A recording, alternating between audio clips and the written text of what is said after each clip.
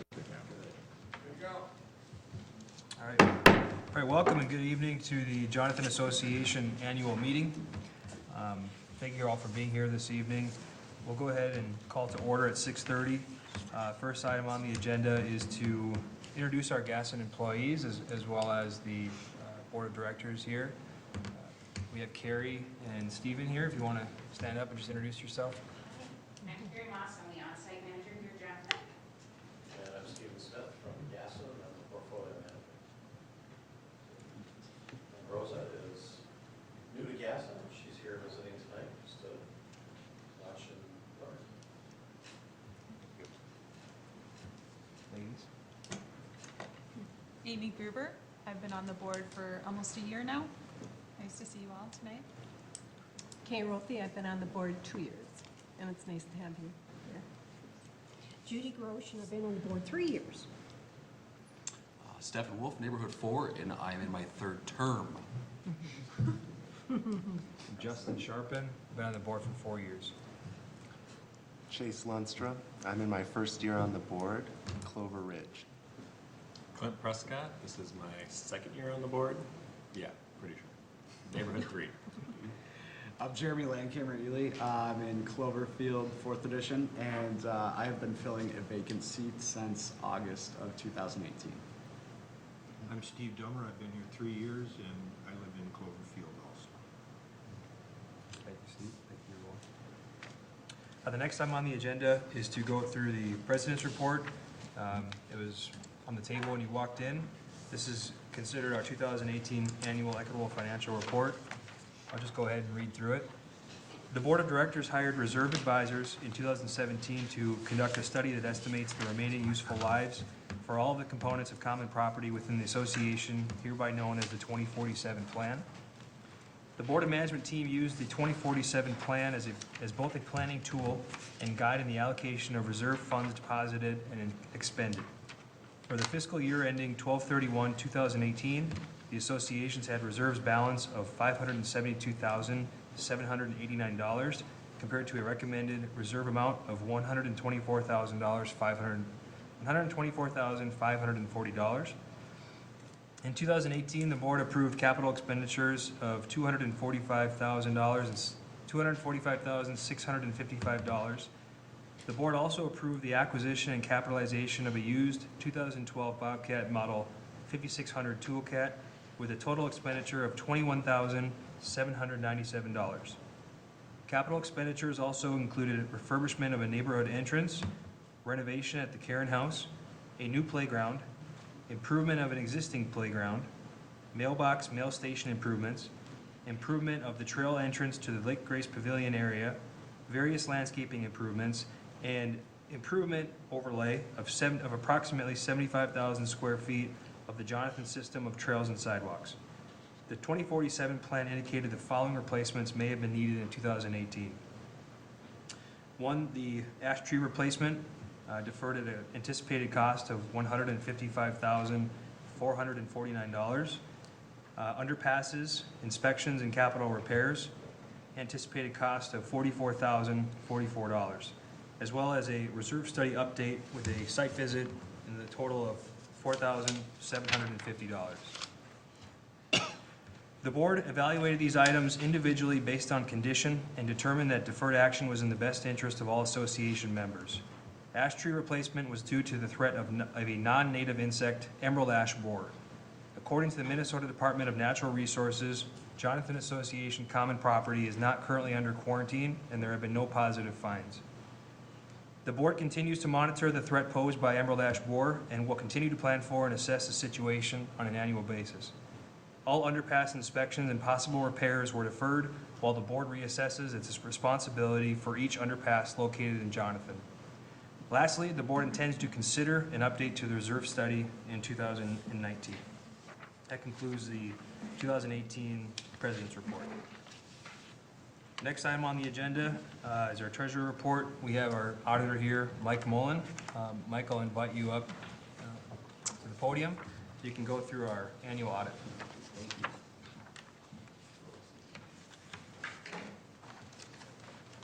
Thank you. Good evening. My name is Mike Michael Mullen, I'm a certified public accountant. This is our 9th year. So thank you, board members and the association for allowing us the opportunity to provide you with our audit and tax services. Also with me tonight is... Excuse me, if we could just speak into the microphone. I'll move it a little closer. I didn't want to shout, but is that a little better? Yes. Better? All right. Thank you. Kelly Armstrong, she's our audit supervisor, and she performed the field work for the audit this year. A little bit about our firm. For 34 years, we've been specializing in community associations. We're now 1,700, I think is where we're at, just past that, for community associations that we perform audit, review, or tax services each year. Licensed in Minnesota, Florida, and Wisconsin. We have offices in each of those states. So we thank you for allowing us again the opportunity and for being a client of ours. We truly specialize in this, and this is why I'm here tonight to tell you this is one of the, well, first of all, it's, I believe, the largest association in the state of Minnesota. And with it comes the challenges, you know, that was just described, which I'll go over and cover, the amount of money that's spent and how the improvements that have taken place through the direction of the board and its management company have really kept this association in good graces from a compliance standpoint, statutorily, and being fiscally responsible. This board has to have fiduciary responsibilities, and they meet them. And that's part of the audit. In fact, why do you have an audit? An audit is to, provide an opinion on your financial statement. That's the purpose of having an auditor. Well, part of doing that is to evaluate the internal control structures. What does each one of the board members do? What does the management company do? They're both charged with governance, and those terms are sacred. And we evaluate that to determine the extent of the testing, the type of the testing that we do, to ensure that the transactions were properly recorded on your financial statements. Now, the management company produces financial statements each month and given to the board and through the treasurer. And there are checks and balances in place to approve things. And it's been amazing for the size of this property and the 9 board members that serve, non-paying, no compensation, to really manage the property and work as a team with your management company. And if it weren't for them doing this, there are other associations I could give examples of where it's complete chaos, okay? What I tell you is that the role of the CPA is to give an opinion on the financials as to whether they're fairly stated or not. For each of the 9 years, this association has had a clean opinion. Financial statements are fairly stated. This is as of the end of December of 2018. So as I report on these, I want to look at the balance sheet. Now, the board has a draft copy. We've discussed it. Once we have the exit conference, then they will go final and be published. We'll also then prepare the tax return. The association is a tax-exempt organization, but you still have to file a tax return.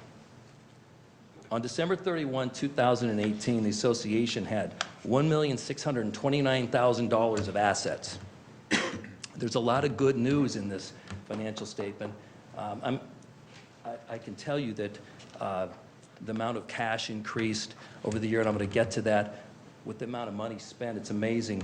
But the association at the end of the year with that much in assets, $1.3 million of that was in cash and CDs. That's fantastic. It's remarkable. The total liabilities association had at the end of the year was $355,000. And you may say, how is that good? A liability sounds bad, right? Well, the liability prepaid assessments or owners that paid in advance was $314,000. It's a liability because the association hasn't earned it yet. So again, fantastic. We look at the amounts of monies in the past, over the past 9 years. There's always been issues with accounts receivable, owners that are not paying their assessments. And the association has put policy in place, are enforcing it, to encourage the owners to avoid the late fines and the fees that go with the collection action. And they've reduced the accounts receivable substantially, which is fantastic to each one of the boards that was part of that, okay? That's helped bring more cash into the association to allow you to do what? Maintain and preserve the common elements. And that's what this association is about. is to maintain and preserve the common elements which you have. Now, the difference between the assets and liability in total, that's your fund balance, your equity or net worth, as we talked about, which is for a for-profit entity, but it's not, and that's $1.275 million. And of that, just like I said, you've got 553,000 sitting there in the nest egg net of your assets and liabilities in the reserve fund at the end of December, which is huge. It's remarkable. It allows you to do all the things that you want to make improvements to the property. Any questions on the balance sheet? It's a strong balance sheet. It's called the Statement of Financial Position. I'm going to flip the page and talk about the income statement next, which is your revenues and expenses.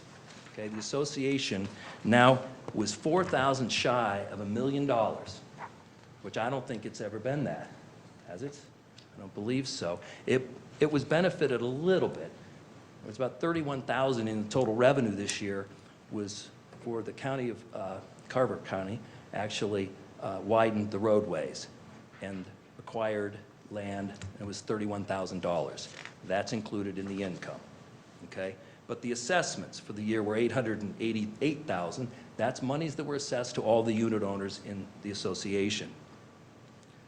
With that much money, the association spent $835,000 in total, okay, which left an excess of $161,000 for the year. Incredible, right? You say, well, why?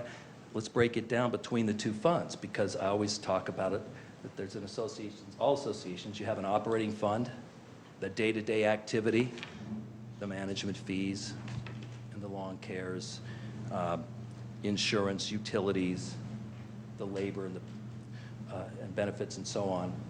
And then you have the replacement fund, which, as Justin said, it's for the major future repair and replacements. It's why in 17 you had a study done, the association did, to make sure that you'll always have money there when the time comes that you've got to replace things, like the Bobcat, which was a great thing. I don't know who negotiated, but it was fantastic because you got a better machine, a machine that cost a lot more than what you had to pay for it. You got more on your trade-in than what you paid for the first one, the previous one, I should say.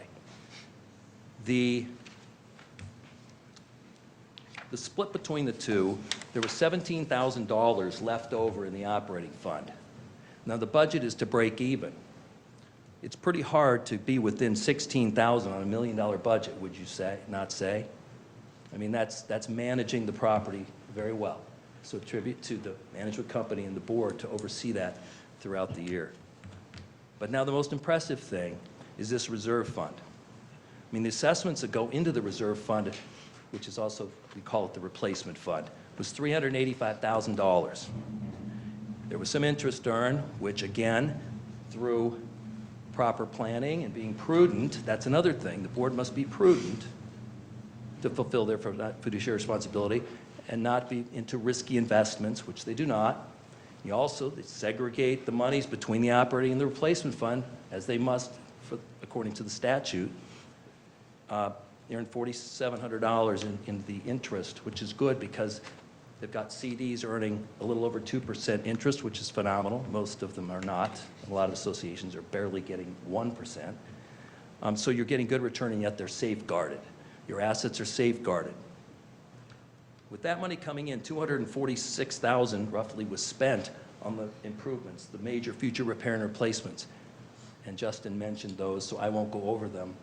But that left you with still in excess. So more money came in than what was spent on both funds.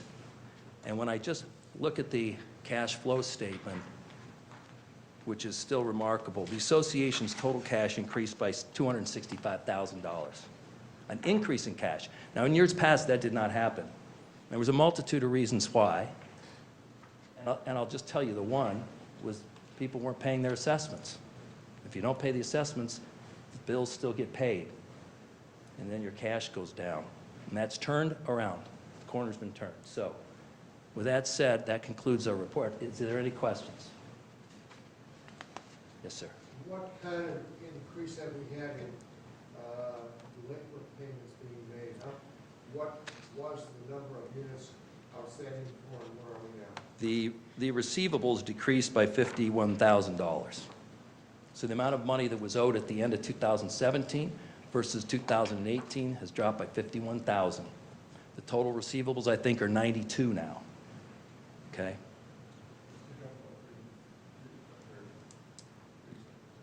Yeah, they were sitting at about 145, I want to say. They dropped by 50,000 on the decrease, which it's not always been that much, certainly at all. And other times, the receivables in the early years, in 2010, 11, 12, and 13, those receivables were increasing. So, let me ask the question here. Can you give me a rough number of how many home units that would represent?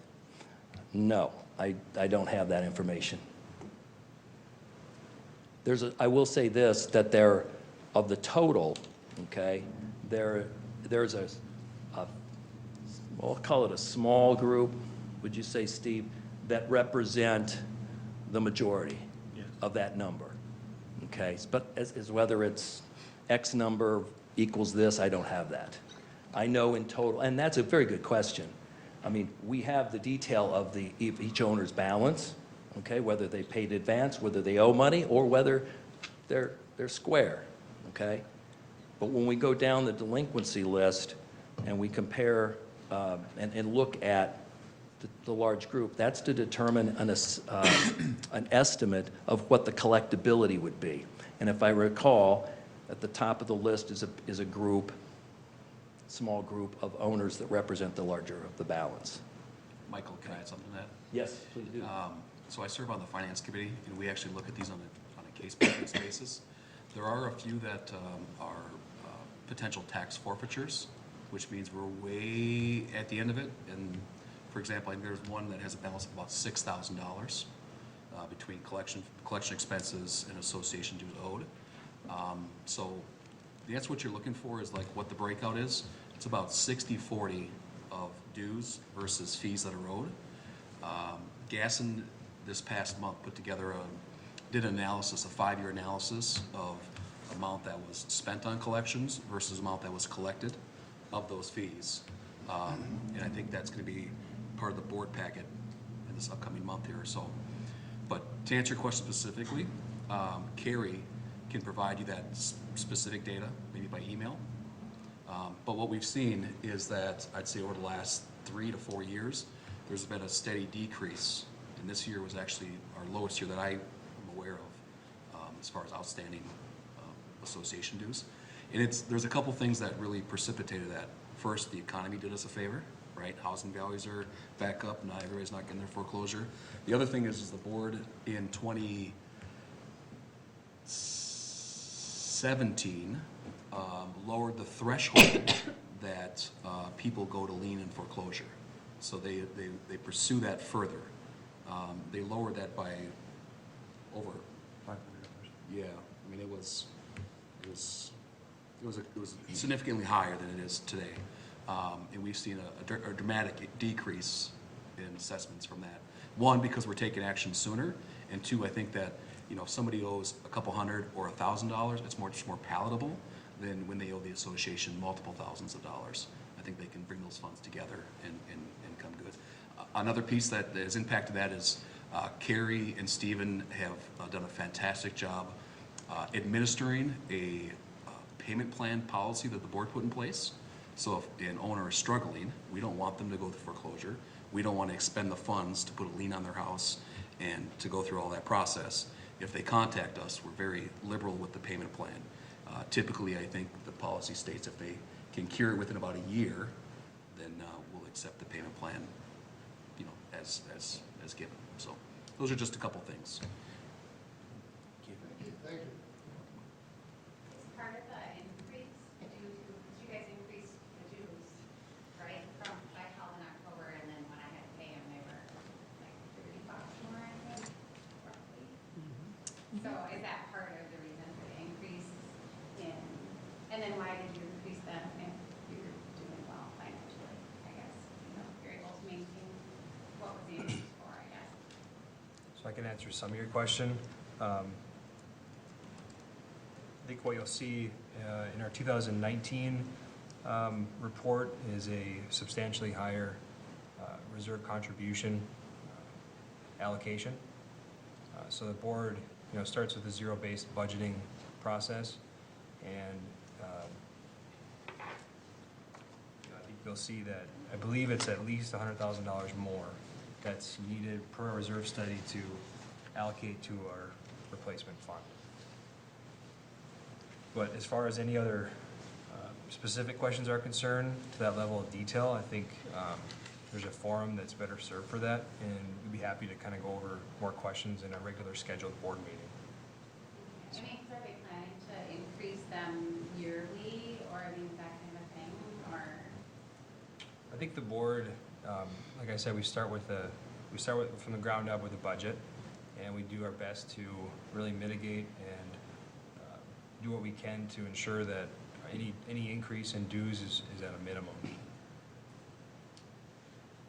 That's a very good question, and I could comment one other thing. With all the associations, I see the majority of the time, the increases are because of unforeseen expenses in the operating, say, for example, delinquencies. This isn't the case. The monies that they're going towards that, and I know that we talked about it, is to put like $500,000 into the reserves next year versus the $385.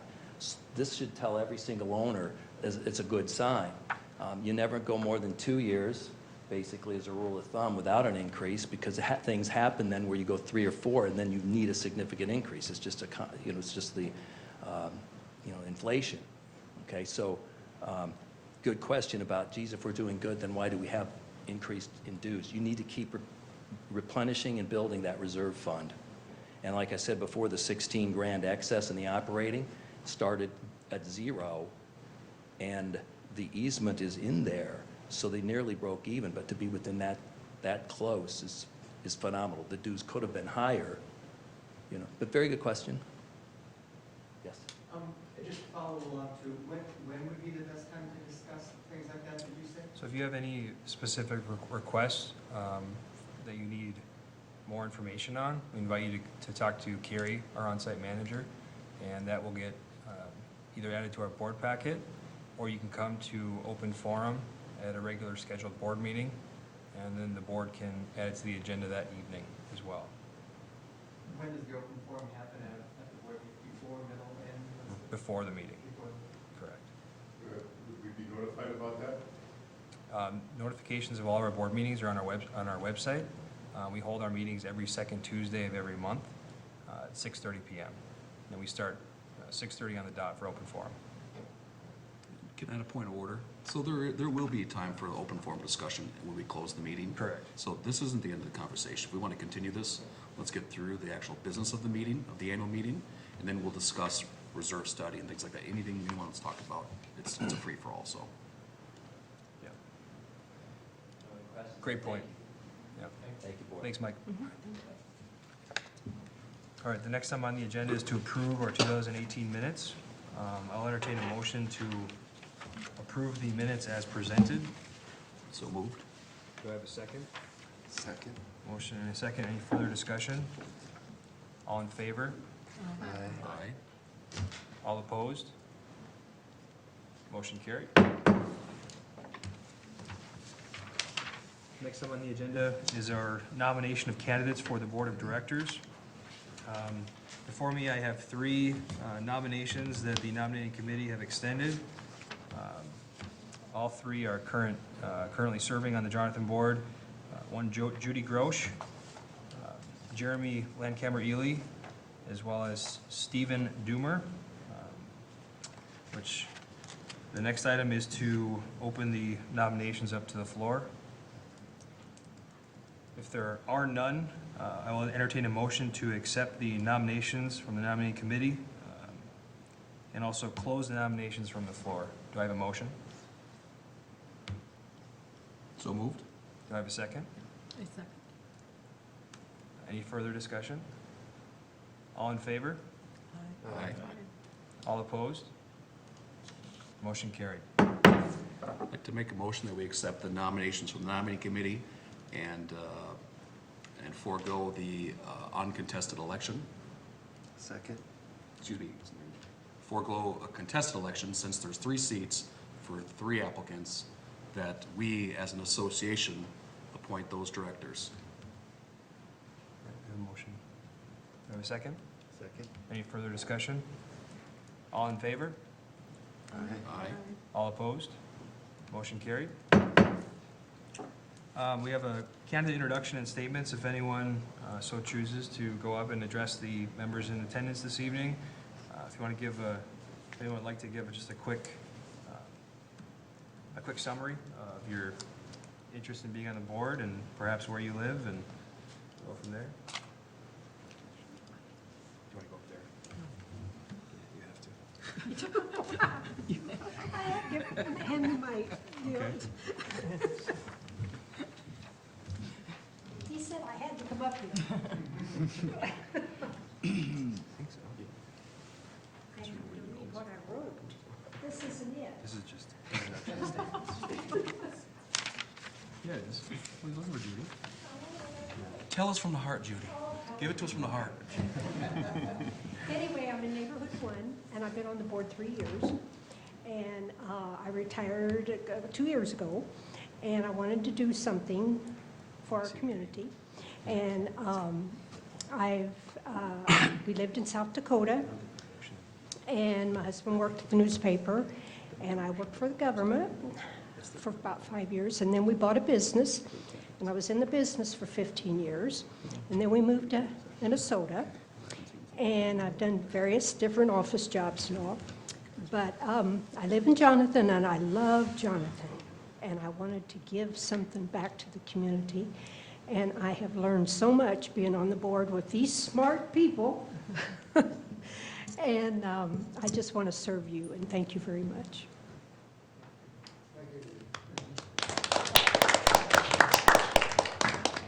You going? I'll follow you.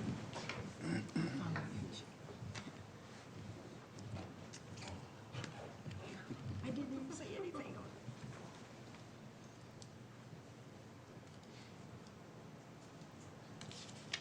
Hi, folks, I'm Steve Dummer. We've lived in Jonathan about 4.5 years. Some friends of ours have lived here for a long time, and they enticed us to move here. And then they enticed me to be on the board. But we lived in Minneapolis for 40 years, and there isn't much opportunity to affect your own neighborhood and your own city like there is in an association here. So that's why I wanted to be on the board here. How can I affect our local association? And then the fiscal responsibility part of it is near and dear to my heart. Dues go up, I don't like it either, but I think we're trying to do our best to balance the needs of our association and how we raise that money. So I just want to be able to affect our neighborhood, and that's why I like to serve. Thanks.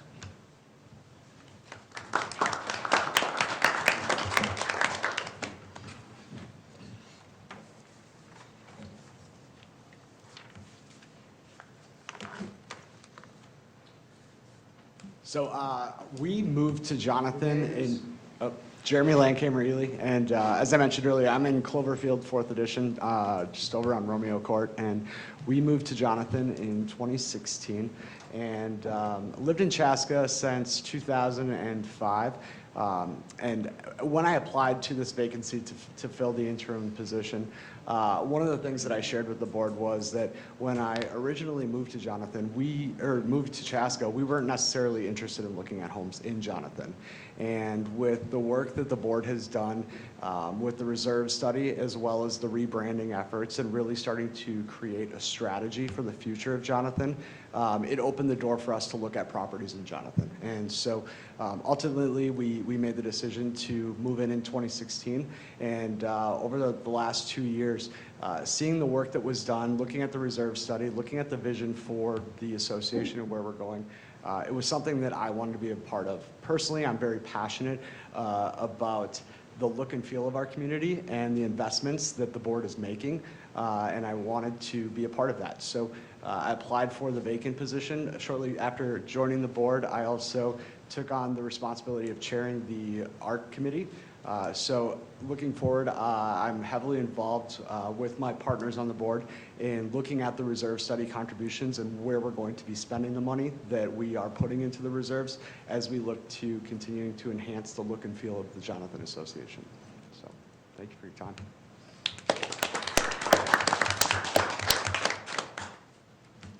I'd like to use this time to really reaffirm the nominations that have been presented and the votes that we've taken. Just to let everyone know, people in attendance this evening, this is in fact an opportunity for you to vote as well. So just to reaffirm, I'd like to entertain another motion to nominate. Yeah, so I'd make a motion that we forego the special election process. Since it's not a contested election, we could save the association about $9,000.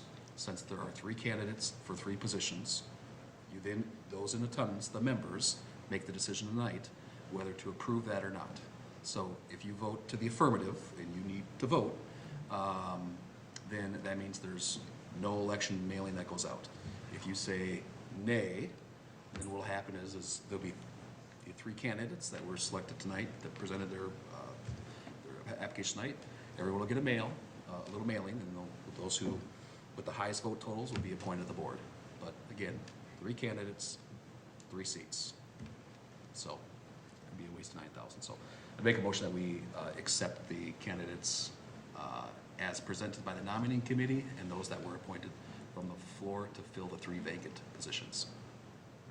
Second. We have a motion and a second. Any further discussion? So all in favor? Aye. All opposed? Motion carried. Next item on the agenda is to adjourn the annual meeting at 7:02. So moved. Do you have a second? I'll second. Any further discussion? All in favor? Aye. All opposed? Motion carried. All right. Now the fun part. Yeah. The reason why Yeah. do they know that? So, open forum is another time where people can come forward with any comments, concerns, suggestions. As you know, we did suffer a loss of a structure with the association, the pavilion. So we invite people to use this time to ask questions. So the floor is yours. This is your meeting. Can you come up to the mic, please? I'm a relatively recent resident of Clover Ridge Village. I've only had a townhome once before, some years back, and I'm a little puzzled at the structure here, and I'm just wanting some clarification on that. Because I live in Clover Ridge Village, and so we have association dues there monthly, and then we have an annual association due for the Jonathan community. So that's all new to me. I'm trying to understand here and trying to get some clarification on what seems to me to be maybe a duplication of things, just from my standpoint, being relatively new to the village and everything. Because I think I can understand with the monthly association dues, all the usual services that come with that, the snow removal, the garbage service, and et cetera, et cetera. But then I think, well, what are we getting for not that I'm protesting, I'm just curious, and I would like a further clarification on why there's what seems like a bit of a duplication on cost to me. Well, first of all, welcome. Thanks. I am your neighbor. I also live in Clover Ridge Village, so we write our checks together every month. So Clover Ridge Village is a sub-association of the Jonathan, which is the master association. So your I should say, as your neighbor, our sub-association dues cover the common areas within our sub-association. So it takes care of snow, mow, any other issues that are covered as common space within Clover Ridge Village. The Jonathan Association is the master association, so when Clover Ridge Village was developed, it was developed on land where the Jonathan Association was listed on the deed. So as a resident of Clover Ridge Village, you are entitled to the amenities of the Jonathan, which include the pavilion on Lake Grace, although it's not in its best form right now. You're entitled to use the Jonathan Trail System, which is maintained, and any of the other common elements. Okay.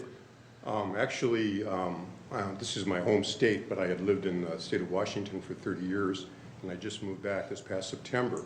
And I do seem to recall back in the 70s, I think it might have been, there was a new experiment, if you will, a village of Jonathan, and it did not quite pan out like they had anticipated. I mean, the original developers of it. Right. So this is kind of a legacy of that, Jonathan? Well, so Jonathan, the new town, the Jonathan Development Corporation, did not become what the initial vision was, and it did become the Jonathan Homeowners Association, which is what we are here today. Okay, so then, if I understand you correctly, as a new neighbor, the annual association dues to Jonathan covers like the common pathway, and would you say the pavilion? Where is the pavilion? Lake Grace. Lake Grace. Oh, okay, I haven't. It's a kind of a I haven't loaded, explored that yet. loaded answer because it actually burned down in January. You may have seen it on the news, and it was, you know, when you're driving from Target down 41, Yeah. and you look across that lake, there was this big red building there. That was the pavilion. Oh, I see, But okay. now it's just some rubbish. But that's, yeah. But there's also, so we've got 20 tot lots. So those are like little neighborhood playgrounds. One nearby you that was just recently built was the Juliet Park. But they're scattered throughout the different communities. You know, the different neighborhood 1, 2, 3, 4, 8, and so on. And there's a large amount of green space interwoven in the trail system. I think we maintain a little over 10 miles of trails. And then we also host those events like the 4th of July, Cocoa Coasting. You may have received a newsletter. They go up about twice a year, depending. So when you purchase the home, you may have received one of those. But those are typically advertised in there. We received something from a neighborhood organization or a group whereby you can participate if you want to sell things. Oh, no. That's not a. No, it's Okay, a. forget it. Yeah, so what I would recommend is if you go to the Jonathan and Chaska website, you can look at the reserve study, which will tell you all the details as far as where the money's going and what it's going to be spent on. You can see the budget that also gets sent out in your annual mailing packet. You can also see our trail system map and what improvements we've made over the last few years. You can also see hard copies of the audited financial statements, and I think those are up there for at least half a decade. And I think you can get a better grasp of our history. We have a video posted on there. We also have a bunch of historical documents. But I agree with you, it is confusing when you first move in. I mean, a little over a decade ago, I moved to town, and all of a sudden one day I saw somebody out shoveling the mailbox out there. And I thought, well, I just did that. Why is somebody else doing it? I thought we just kind of chip in. And then lo and behold, I find somebody comes and cuts the grass across the street, because I live across one of those little parks. Oh, I see. And that's kind of how I stumbled across on it too. Then I got the bill in the mail, right? And then I went back and looked at all the paperwork I signed. I'm like, oh, look, I actually, if I Signed up for it. Yeah, exactly. Yeah, but that reserve study, you know, it does a great job of really detailing all of the different common elements that we maintain. So I would invite you to take a look at that as well, and we'd absolutely like to have engaged members continue to ask questions, continue to learn more about our association. It's your association, it's our association, so we owe it to ourselves to make sure that we're staying up to date with the current affairs of the association. Can I put out one more resource too? Back in the corner, there's Carrie. She's on site about 40 hours a week. So if you want to send her an email or give her a call and maybe make an appointment, she'll be happy to spend all the time you'd like talking about the minutia. And also, welcome. And welcome. Yeah, welcome. Welcome. Yeah. Okay, thanks for all the clarifications. Yes. I'll, What? Jonathan and Chaska.com. .com. So you have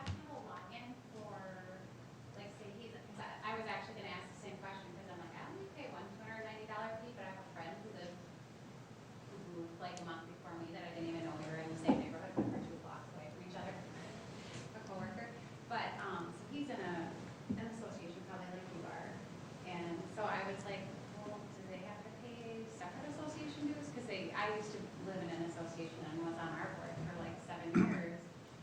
But, so then as far as like, do we have separate login, like, can we log into the website and find our personal financial stuff? Because I guess I haven't set anything up, so I was just kind of wondering, is there a website, and do you guys do email blasts, or is everything paper and? We do email blasts. We do have, there's a website you can log into with Gasson, not our Jonathan website. But on the Gasson website, it's a platform that really holds some more documents. Correct me if I'm wrong, that's still something we have available, yes. So we have some various insurance information. I believe there's a budget on there, and you can get that from Carrie. She can set up a login for you for that. But nothing on our Jonathan and Chaska website as far as I know. No, but we have a residence page on, on jonathanandchaska.com, and there you'll find the resources like the redirects. So there's one for pay your dues online, it redirects to Gasson, so it'll take you there. So you'll need to log in there, but it has your house resale documents, homestead applications, all kinds of resources for homeowners. Okay, yeah, because it's kind of weird, because it said in my thing that they should provide me with my homeowners association documents, but I didn't get anything. So I was like, and I know for ours, we had a login. Your title company did not give you those? Huh? Who did, can you, Like the people who, I mean, I got something actually now, but it seems so small, but maybe it is, because it doesn't cover a lot. But as far as like the homeowners that sold me the, Same for me, excuse me. The same for me, when I moved in, I didn't have any information on who the management association was, or the company was. I found a very dated thing in my garage. It was like many years dated. So I finally called up my realtor, and he's the one that gave me the information. yeah, I had a hard time finding my mailbox. It took me about a couple weeks to find that. Like, can you let me know where my mailbox is by chance? You know, it'd be kind of helpful. I got Steve. So, But yeah. So can I had address this that thing. question before we move on, and I forget what it was? Carrie, maybe you can speak to this, but isn't there a welcome packet that gets sent out? So here's a big picture process, right? So you're sitting down at the closing table, hopefully ahead of time your real estate agent provided you with some Minnesota, some disclosures that are required by Minnesota statute. Yep. That's provided by your real estate agent. Isn't there a time frame that to? Yeah, it's supposed to be provided, prior to your closing, and then you also have a 10-day right to rescind the transaction based on those documents, so. The opportunity to You review. find that some agents that don't sell a lot of condominium townhomes, or even homeowner association properties, oftentimes don't provide those and/or don't contact the property management company to get a resale disclosure. It happens. I'm kind of shocked by that, but it happens. And so sometimes an owner like yourselves, you didn't get what you're supposed to get, and under the law, the seller is supposed to provide that to you. Yeah, and I'm aware of that, because I think I've talked to you, Carrie, okay, there are times, and I'm like, why did I do this, why did I do that? And my friend called you, and she talked to you, because I didn't have time, and so, like, I know my friend told me, oh, yeah, she said it's this, and I'm like, oh, okay, well, it's $290 a year, I can choke that down, but, well, I was told $260, but then it's increased, but, yeah, so I wasn't very happy, which is why I asked the question, but. Yeah, and I should point out too, some of the, by the way, I'm David Helmuth, I'm the association's attorney. I should point out too, not all of the properties within Jonathan are in two different associations, like a sub-association. Right, Some and are I'm just not. included in Jonathan, which is probably what it sounds like. Yeah, and I'm not, Yeah. so. So getting back to your question, so say you signed your documents, right? Our next point of contact could be when we send the annual mailing. So Right, and that's where I got this, so then I was like, oh, okay, well, this gives me a little more information, but I didn't know if these were like the full, I mean, we read it, our declarations, and they were, Yep. where I was. Yep, and for all the declarations, there was a huge project that was done over the past 3 years of updating our website. So you can go to our website, type in your address, and you should be able to pull up your declarations. You should also be able to pull up any sub-association. If you're in a sub-association, we keep a list, like a spreadsheet list, based on your address, that you could contact if you were in two, and say you didn't know. Because we understand that just a little bit confusing. Okay, so then like, so say somebody did move in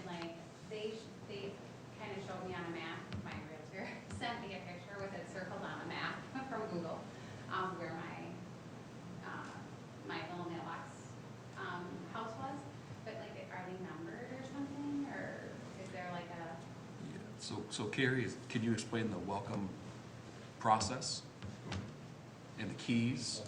There's usually key handoff, right?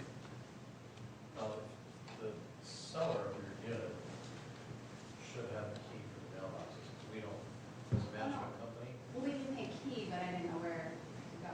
Because there's like a house up here, or there's like a little mailbox house up there and down here, and I didn't know. And this one is actually probably closer to me than the one that's mine.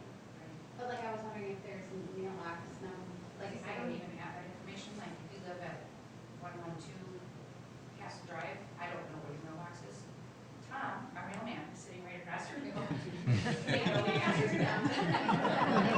recognize you. Because I was like, can somebody, and then I called the hub, and I called this place, I'm like, hey, I just want to know where my mailbox is, that's all I need to know, just send somebody. So I think you can call Jan. Email me. You have a guy. Yeah, there you go, there's your guy. Yeah, it was. It's very confusing to everybody. Yeah, well, and what's really weird is there's nobody to call. Like, first they had me calling whatever in Sandwich, and then they had me calling somewhere else. I mean, I'm not saying it's anybody's fault, I'm just saying that was really frustrating. I got a key, and I don't know where I am. You know what, I think we're gonna put that as a takeaway. Carrie, can you write that down as a takeaway? I think we need to be able to build that bridge, so like, in a perfect world, if you were a new owner, I think that you should be able to call up to our office, and even though Carrie's not the right person, she's gonna be able to do the bridge with the post office, because obviously the post office knows where it gets delivered. Right, Right? say, there's not, Yeah. like, house numbers on the boxes, but even if you said, like, who the houses, like, which houses were where, I mean, I wouldn't really want to search all over the neighborhood. But I think that's a great thing for us to take away and evaluate, because, yeah, that could be Or frustrating. I even don't on really the know this. website, have your address, and then say the address or the location of the house, the mailbox house, that would even be sufficient, because then you could just tell us, or send us a spreadsheet. Speaking from experience. My name is Tom Keenan, I live in neighborhood 7, and let me just start by saying thank you for serving, you guys and ladies, appreciate it very much. I know you spend a lot of time doing what you do, and going through numbers, and numbers are not my thing, other than addresses. Spreadsheets and numbers. But I'm really curious, I think probably the biggest visual, of course, that happened in Jonathan last year was the fire, which was, what, 2 months ago, now, I suppose, or 6 weeks? And I know it's pretty early in the process, but I'm wondering if you could give us any understanding of cause, do we know that at all? And then an update on kind of what the process is from here going forward, and was that insured? I'm assuming it was. You lose the history no matter what in a fire, but I'm wondering if, you've obviously discussed this and got some information, just kind of some general, unpack that a little bit. Yeah, so I have some facts and some talking points that I could go over. As far as the conclusion of the investigation into the cause of the fire, on January 9th, Whitemore Fire Consultants, which it was a company retained by our insurance company, so yes, it was insured. Okay. They were retained for the purpose of conducting an investigation into the origin and cause of the fire. On January 10th, an inspection took place at the lost site. Whitemore Fire Consultants believes the fire originated in the northern portion of the pavilion area, so the picnic area. In his opinion, investigation-wise, he concluded that there were no identifiable accidental and/or natural sources of ignition identified within the building. It is their opinion that the most probable cause of this fire was incendiary, and that's a quote from them, so intentional. They do believe it was arson. That was also in agreement with the Minnesota Deputy State Fire Marshal. As of now, there have been no tips, no leads on identifying who in fact was responsible. So yes, the pavilion was insured with a replacement cost total of $168,201 with a deductible of $2,500. And then the status of the rebuild, you mentioned, the Board of Directors established a pavilion committee immediately after the fire, so that day actually we had a board meeting. And that committee meets with our management staff every 2 weeks to go over the process. It's really acting as a support to the board as well as our staff on site. So as of February 18th, 2019, the board has selected a contractor to demolish and clean up the lost site. A written report of these committee findings is available, or what this committee is currently working on. There is a written report that's added to every 2 weeks. That's available at the Karen House if you'd like to take a look at it. And the board does also intend to implement a communication strategy that keeps us all up to date with the developments as the process progresses. So as far as what's been done, option-wise, the board has not formally decided on a replacement design of any sort. The committee and staff have had preliminary discussions as it relates to a concept plan.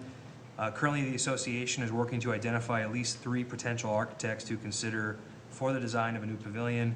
Ultimately, the association will provide a vision and concept parameters to help support that final design. And if you're wondering, well, how can I get involved? How can I provide feedback? How can I make my ideas known?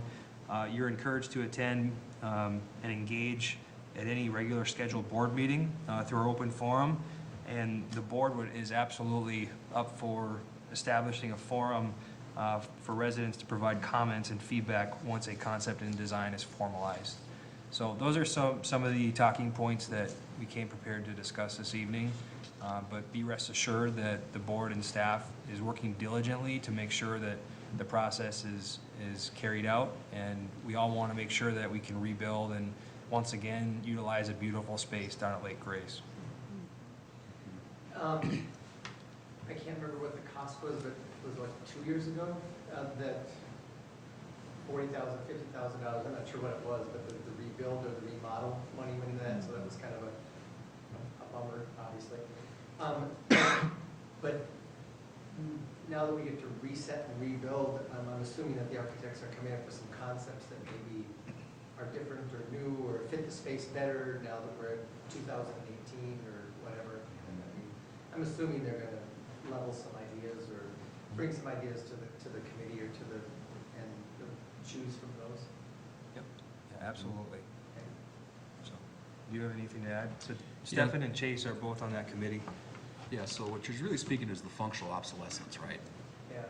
How the needs really have changed over time, it's no longer functioning. But where we're at now is we're engaging multiple architects, we're looking at their portfolios. And then from there, we'll sit down and we'll have a visioning session with them, what we'd like to see, and we'll be looking for them to come back with their ideas. We've got a little bit of a balancing act that we haven't quite completely figured out with the insurance. They've came with a number, but we haven't fully investigated if our policy, our umbrella will kick in due to functional obsolescence, and so we're still working with that. Minimally, I think we're going to have about $165,000 or so to work with that from insurance proceeds, minimally. But like I said, we have an umbrella and things like that. We have no idea how much it's going to cost, but would that replace it? Or would We don't know yet. Would we need more? We don't know Just yet. depends on what. We need the architect to put the Yeah. drawings and the scope together and do a construction estimate. I think, go ahead. You had your hand raised a few times there. Oh, Hi, my name is Bob Moeller, and I live on Kings Lane.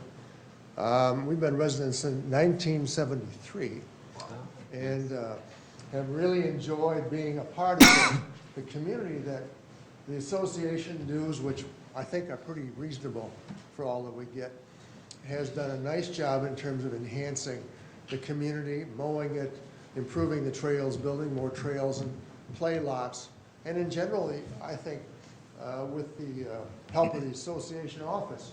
And I would certainly give a shout out to Carrie for the kind of responsiveness she gives us in terms of what we need. A couple of thoughts. One, you guys did a great job on the pavilion. I look forward to seeing us rebuild it and getting the input from the community in terms of what do they want out of that building for what we can afford. Secondly, in terms of what the association does, one of the things I've always thought was important was the Architectural Review Committee. And the ability of our board and the Architectural Review Committee to ensure that we don't end up with a hodgepodge of not unsightly buildings or fences or things being parked around which make the place look unseemly. So I think when we're talking about the benefits of the association, I think one of those is the Architectural Review Committee and its help us maintain a clean and attractive and pleasant place to live. Number three, I'm struck by, as we've been trying to get onto Hunter Mark Road these days with the traffic, that we have a building problem in terms of congestion and risk on the entrance to and on off, getting onto Hunter Mark from Bavaria, really on both sides. And I'm wondering, A, is this something that you see as the board's role to speak out on? Are we working with the city to say we need to look at something which over the years forward in your 2047 plan is going to make for a safer entrance to that area? So I think we ought to be looking at that. We ought to be talking with the city. I know there's the sliding hill issue that makes it a little more difficult. But getting onto that Hunter Mark Road, now that I'm getting to be over 80, is a more challenging event than it used to be. So I appreciate your help with that. But anyway, thank you all for serving. I agree with Tom. You guys really put in time, and we really appreciate it. And it's a great place to live, and hopefully I'll do it another 10 years or so. Thank you. Thank you. I'd like to address the traffic thing just a little bit, because I drive school bus here in town, and because of the water main thing on Pioneer, that, clogged up the thing tremendously, and now Pioneer is open now. So, but traffic is terrible, I would agree with Bob about that. That 100 Mark Bavaria intersection is an accident waiting to happen. I agree. And I know that we obviously can't, that's a public road, but is it possible to interact with the city and talk about a solution there? Especially with Clover Ridge addition in the last 5 or so years, the amount of traffic now heading west to Clover Ridge is increased dramatically. So, and that being not a conventional four-way intersection, but that split intersection, I'm not sure what the solution is, but and there's actually quite a bit of walking and bike traffic that goes up that road as well. So, I would second what Bob said too. If we could maybe get ahead of that a little bit, so that we got some prevent. Might even include a better parking area for the sledding hill as well. When the snow comes down in the wintertime and kids walk across that road with their sleds, or parents try to park their cars along that area, that's pretty dangerous as well. So maybe keeping that whole, keeping that in mind as well. I don't have a solution, I'm just thinking it might need to be addressed. Just one more follow-up comment on that. I agree with everything Tom said, but I think one of the reasons that we ended up with a staggered intersection there coming up from the south on Bavaria and then staggering and then going north on Bavaria again was the sliding hill. And everybody wanted to preserve that sliding hill, and nobody really wanted to take the responsibility of eliminating part of that. But I would say as we look forward, the board probably ought to be talking amongst themselves and maybe even the residents and saying, what are some options for us to do if we're going to move toward a more safe intersection, perhaps a cloverleaf, even though it might impact that sliding hill. I think it's the responsible thing to do. Yeah, well, I would agree with you. I think it is a certain risk to us as residents of Chaska. We all want to make sure we're safe and we're all home at night with our families. One thing I would say to that, I think, in my opinion, I think it absolutely is an opportunity for the association to help facilitate that conversation and engage with the city. We would need to make sure that we continue to get engagement from our members to make sure that this isn't this is more of a collaborative approach. But absolutely, the association continually works with the city on matters that pertain to Jonathan, and we have a good working relationship with them. So perhaps at the right time, as we continue to engage the city, there perhaps would be an opportunity to at least start the conversation about that intersection and make sure that they understand the concerns that we have as an association have, as an extension of you as members. So thanks for bringing that up. I'm sorry, I had one more thing that I forgot.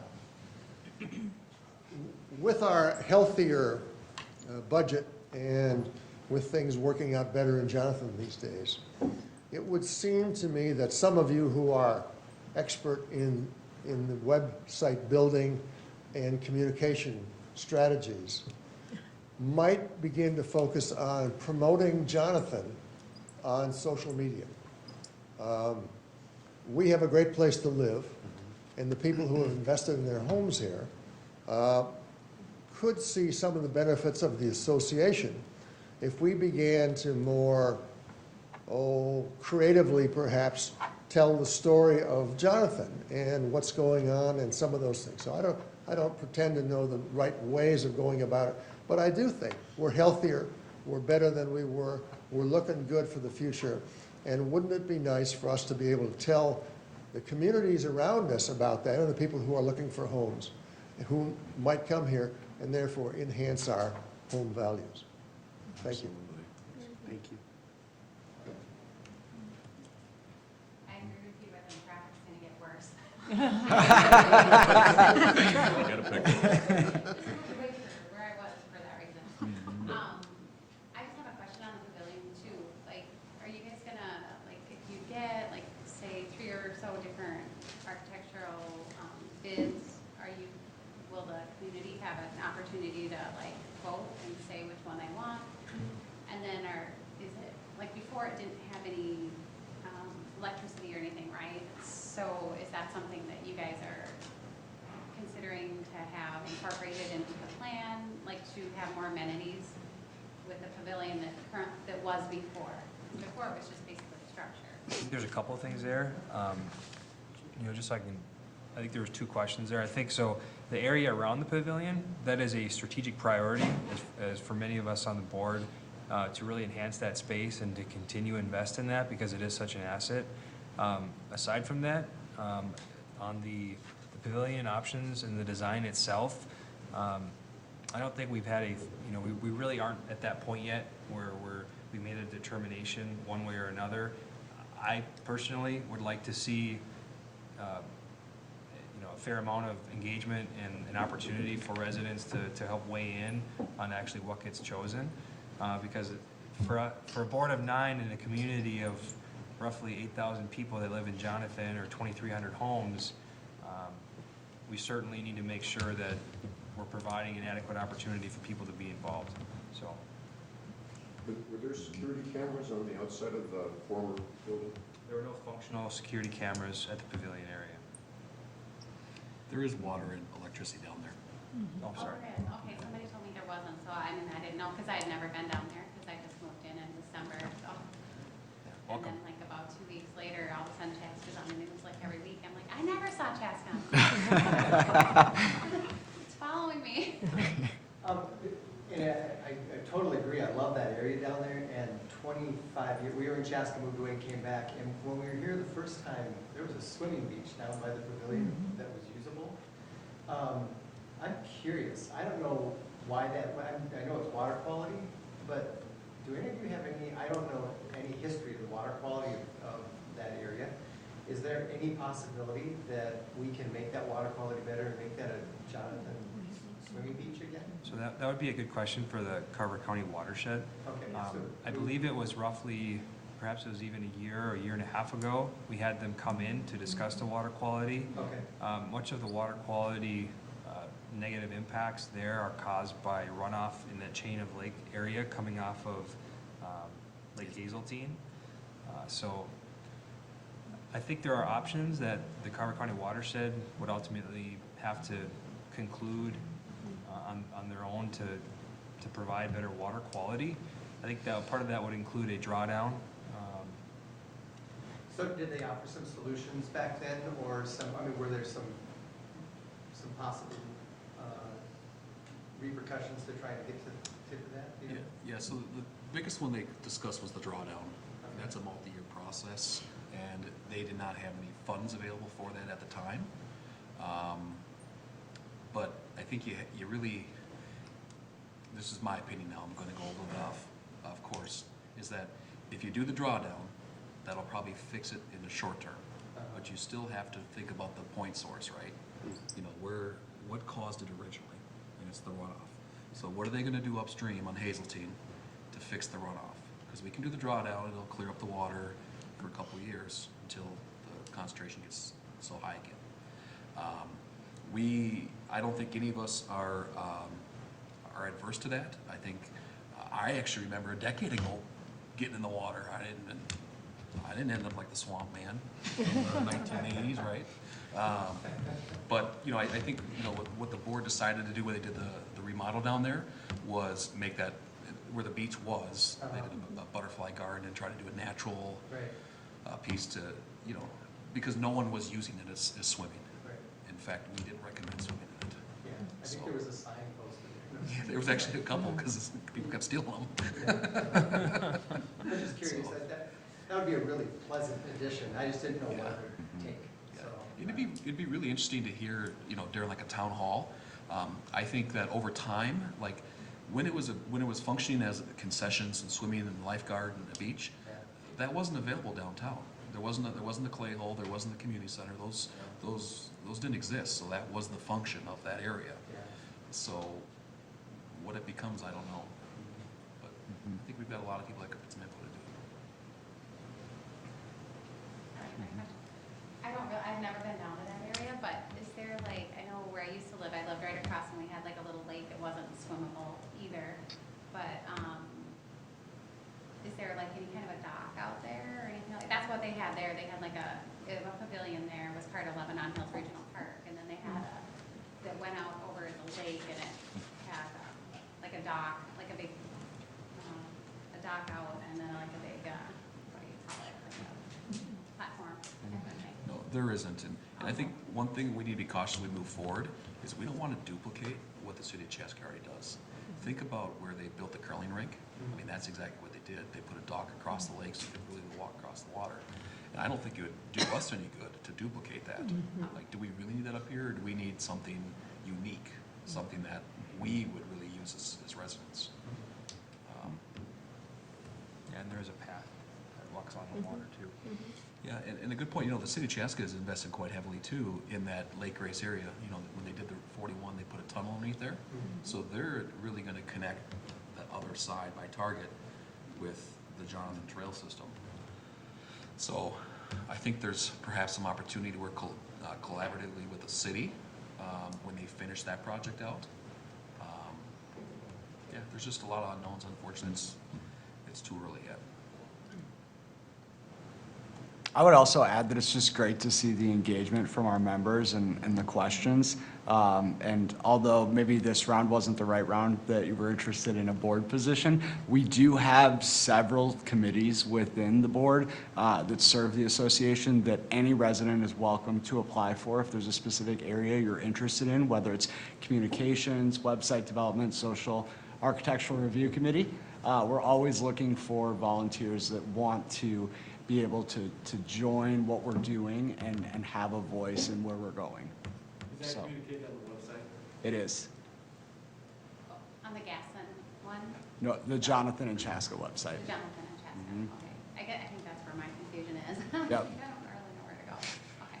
So the Gaston website, just to clarify, the Gaston website is really for administering your dues to the Jonathan. So think of them as really the management of administering dues. That's what the website function is for. Everything else related to being a resident of Jonathan is our website, Okay. if that makes sense. Chaska, okay. Mhm. So Gaston is a sub of Jonathan, and then there's.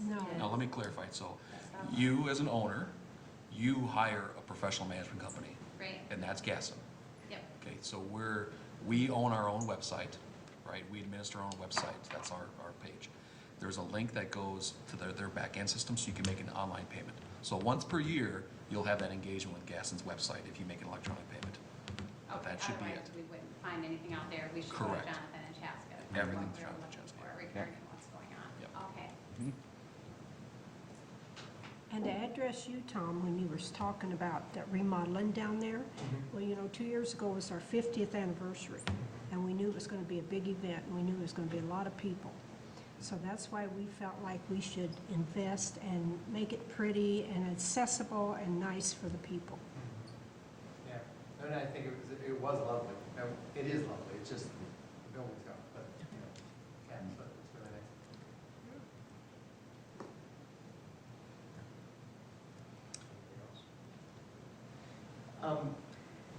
Just a follow-up because I'm the mail carrier, one of many actually, Jonathan. But it's always frustrating for new residents to move in because they can't find their mailbox the very first time. Once you find the mailbox, it's kind of over, you know, because you know what it is. I was just sitting here processing in my mind, would it make sense for us to add street signage to the mailboxes, like this is where the street is and the street in Bachman? But I honestly don't think it would. Because once you know where your mailbox is, you know it doesn't matter. And also from a privacy standpoint, you don't necessarily want to give away too much information as well. That's right. So I think that's one of the reasons why, you know, it's why, because all mailboxes are just numbered 1 through 20 or whatever. You just have to know which one is which. And your mail carrier will know which box belongs to which house, but. But see, they wouldn't let me talk to the mail carrier. That was my problem. I'm like, that's great. Can you talk to Tom and get it for me? 'Cause talk to Carrie, we see every other day. But yeah, I did finally figure it out, but, I mean, from the realtor who then contacted the people, who then, but it was, yeah, not an easy process, and a lot of phone calls. Well, we'd love to see you again. Continue to come to meetings. Welcome. Happy to have you. And thank you all for coming this evening. We do appreciate it. Again, second Tuesday of every month, 6:30 p.m. at the Cairn House. All right. Thank you all.